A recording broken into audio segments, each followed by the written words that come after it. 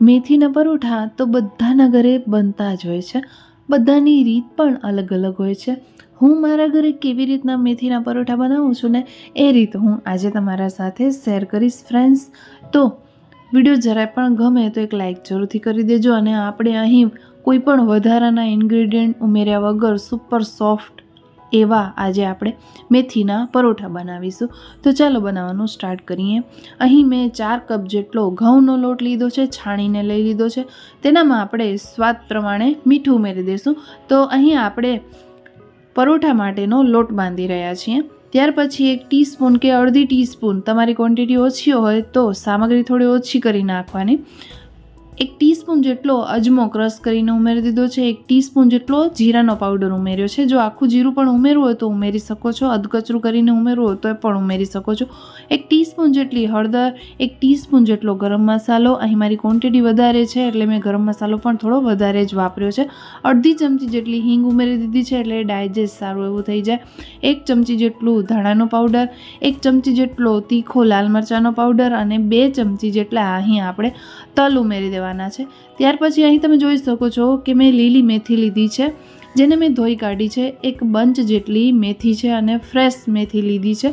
તેના મેં કટકા નથી કર્યા. જો તમને કરવા હોય તો તમે કરી શકો છો. અહીંયા આપણે કટકા કરવાની વધારે જરૂરત નહીં પડે, કારણ કે આપણે આ લોટને મસળીને બાંધીશું એટલે જે મેથી છે એ બધી જ તૂટફૂટ થઈ જશે. એટલે તેને કટિંગ કરવામાં ટાઈમ વેસ્ટ ન કરવો હોય તો પણ ચાલશે. ત્યાર પછી અહીં મેં આદુ મરચાંની પેસ્ટ ઉમેરી છે, લસણ નથી ઉમેર્યું. જો તમને ઉમેરવું હોય તો તમે સાથે ક્રશ કરીને ઉમેરી દેજો. તો લગભગ 2 ટેબલ સ્પૂન જેટલો આદુ મરચાંનો મેં અહીં પેસ્ટ ઉમેરી દીધો છે. આદુ મરચાં સારા એવા ઉમેરજો એટલે ટેસ્ટ સારો એવો આવે. ત્યાર પછી અડધી વાટકી જેટલું શીંગનું તેલ ઉમેરી દીધું છે અને 1 વાટકી જેટલી મેં અહીં દહીં ઉમેર્યું છે. દહીં ખાટું હશે તો પરોઠા જે છે ખૂબ જ સારા એવા બનશે. હવે આપણે બધું જ પહેલાં મિક્સ કરી લેવાનું છે. મેથી આપણે ધોઈને લીધી છે એટલે તેનામાં પાણીનો ભાગ હશે, તો પહેલાં તેને લોટમાં સરસ રીતે મિક્સ કરી લેવાની છે. પછી જેટલી જરૂરત લાગે એટલું આપણે અહીં પાણી ઉમેરીશું. તો અહીં તમે જોઈ શકો છો કે બધી જ મેથીને મેં લોટમાં એકદમ સરસ એવી મિક્સ કરી લીધી છે. મસળીને મિક્સ કરી છે એટલે બધા જ જે મસાલા છે એકદમ સરસ એવા છૂટા છૂટા થઈ જાય. એટલે જેટલો પણ લોટ છે પરોઠાનો એનામાં સરસ એવો ટેસ્ટ આવે. અહીં મેં થોડું એવું પાણી ઉમેરીને લોટ બાંધી લીધો છે. અહીં તમે જોઈ શકો છો કે લોટ બંધાઈ ગયો છે અને હવે આપણે આ લોટને થોડો એવો મસળી લેશું, જેનાથી આપણા મેથીના જે પરોઠા છે એકદમ સોફ્ટ બને. તો બીજું કંઈ જ મેં અહીં નથી ઉમેર્યું દહીં સિવાય, અને તો પણ આપણા જે પરોઠા છે એ ખૂબ જ સારા એવા ટેસ્ટી અને એકદમ પોચા બનશે. હવે આપણે થોડું અહીં તેલ વાપરીશું. તો અહીં મોણ માટે થોડું એવું તેલ લઈ લીધું છે. 1 કે 2 ચમચી જેટલું તેલ લઈ લેવાનું છે. તમારી ક્વોન્ટિટી ઓછી હોય તો ફરી એક વખત કહું છું કે મસાલા થોડા ઓછા કરી નાખજો તો ટેસ્ટ સારો એવો આવશે. મારી ક્વોન્ટિટી અહીં આજે થોડી વધારે છે એટલા માટે મેં અહીં મસાલા વધારે વાપર્યા છે. હવે અહીં તમે જોઈ શકો છો કે લોટ એકદમ સરસ એવો બંધાઈ ગયો છે. તો નથી કઠણ કે નથી એકદમ પોચું, મતલબ કે એકદમ ઢીલું. તો આપણે મીડિયમ લોટ બાંધી લેવાનો છે અને હવે આપણે આ લોટને 5 થી 10 મિનિટ માટે રેસ્ટ આપી દઈશું. 5 થી 10 મિનિટ બાદ અહીં તમે જોઈ શકો છો કે લોટ સરસ એવો સેટ થઈ ગયો છે. તો હવે આપણે તેનામાંથી થોડા મોટા એવા લુઆ બનાવીશું, કારણ કે આપણે પરોઠા બનાવવાના છે તો લુઆ થોડા મોટા જોઈશે. અને જો તમને એકદમ પતલા પરોઠા બનાવવા હોય તો અહીં તમને લોટ ઓછો લેવાનો છે અને લુઓ થોડો નાનો કરી લેવાનો છે. હવે આપણે અહીં પાટલો લઈ લીધો છે અને સાઈડમાં ઘઉંનો કોરો લોટ લઈ લીધો છે. કોરા લોટમાં આપણે લોટને ડીપ કરીને, મતલબ કે લુઆને ડીપ કરીને પાટલા ઉપર તેની રોટલી વણી લેશું.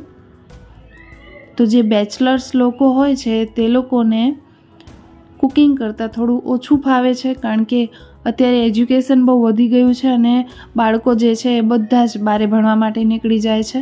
તો એ લોકો પણ પોતાના રૂમમેટ સાથે આ રીતની રેસિપી પ્રિપેર કરતા હોય છે. તો અહીં હું બધી જ વિગતવાર રેસિપી તમારા સાથે શેર કરું છું.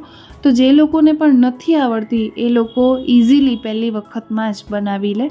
તો ફ્રેન્ડ્સ, અહીં તમે જોઈ શકો છો કે મેં રોટલી વણી લીધી છે. રોટલી ઉપર તેલ લગાવી મૂક્યું છે અને કોરો લોટ સ્પ્રિંકલ કરી દીધું છે. ફરી પાછું આપણે રોટલીને બેન્ડ કરી લઈશું અને તેના ઉપર તેલ લગાવીને કોરા લોટમાં થોડું એવું ડીપ કરીને ફરી પાછું આપણે કોરા લોટમાં ડીપ કરીને તેનો પરોઠો બનાવી લઈશું. તો તમે અહીં પરોઠાનો કોઈ પણ શેપ આપી શકો છો. ગોલ પરોઠો કરવો હોય તો પણ તમે કરી શકો છો. જરૂરી નથી કે આ જ શેપ આપો. તો તમને જેવું ફાવતું હોય એ પ્રમાણે પરોઠાનો શેપ આપી દેવાનો છે. તો અહીં તમે જોઈ શકો છો કે જાડા વેલણથી મેં તેને વણ્યો છે એટલે ફટાફટ પરોઠો જે છે એ વણાઈ ગયો છે અને બહુ જાડો નથી અને બહુ પાતળો પણ નથી. તો મીડિયમ સાઇઝ રાખી છે. હવે સાઈડમાં તવીને ગરમ કરી લીધી છે. તો આપણે પરોઠા પાતળી તવી ઉપર જ બનાવવાના એટલે એ ફટાફટ કૂક થઈ જાય. અને તમે નોનસ્ટિક તવી પણ લઈ શકો છો. તો અહીં પરોઠો નાખીને ઉપરના એક પડ ઉપર તેલ લગાવી મૂક્યું છે. હવે એક સાઈડ તેની પલટીને ફરી પાછું સિંગનું તેલ લગાવી દઈશું. તો તમે જે પણ કુકિંગ ઓઇલ વાપરતા હો એનો યુઝ કરી શકો છો. તેલ લગાવીને આપણે ફરી પાછું તેને પલટાવી મૂકશું એટલે નીચેથી પણ એકદમ સરસ એવું તમે જોઈ શકો છો કે પરોઠો જે છે એ શેકાઈ ગયો છે. તો આપણે તેની ત્રીજી સાઈડ પણ પલટી દીધી છે.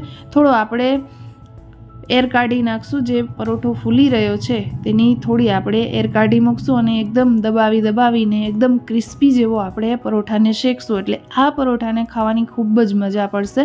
અને એકદમ સોફ્ટ પરોઠો કરવો હોય તો તમે થોડો ઓછો શેકજો અને ક્રિસ્પી જોઈતો હોય તો આ ટાઈપનું દબાવીને એર કાઢીને એકદમ ક્રિસ્પી કરી લેવાનો છે.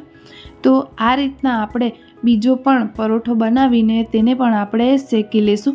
તો આ પરોઠાને મેં થોડો માઇલ્ડ ઉતાર્યો છે, બહુ ક્રિસ્પી નથી કર્યો આને. તો તમે બે ટાઈપના પરોઠા ઉતારી શકો છો. જેવો તમને પરોઠો પસંદ હોય, ક્રિસ્પી ઉતારવો હોય તો એ ટાઈપનો અને આ ટાઈપનો માઇલ્ડ ઉતારવો હોય તો પણ તમે ઉતારી શકો છો. તો અહીં બીજો પરોઠો પણ બનીને રેડી છે. હવે આ પરોઠાને આપણે રાયતા મરચાં હોય, દહીં હોય કે ચા સાથે પણ ખાઈ શકીએ છીએ. ખૂબ જ ટેસ્ટી લાગે છે અને તમે જોઈ શકો છો કે કેટલો સોફ્ટ બન્યો છે. એક મુઠ્ઠીમાં આવી જાય છે એટલો સોફ્ટ પરોઠો બન્યો છે અને ક્યાંથી પણ ડ્રાય નથી લાગી રહ્યો. તો ફ્રેન્ડ્સ, છે ને એકદમ ટેમ્પટિંગ અને ઇઝી રેસિપી કેવી લાગી છે કમેન્ટમાં જરૂરથી જણાવજો. વિડીયો ગમ્યો હોય તો લાઇક કરજો, શેર કરજો, ચેનલને સબસ્ક્રાઈબ જરૂરથી કરજો. ફરી મળીશું, ત્યાં સુધી આવજો.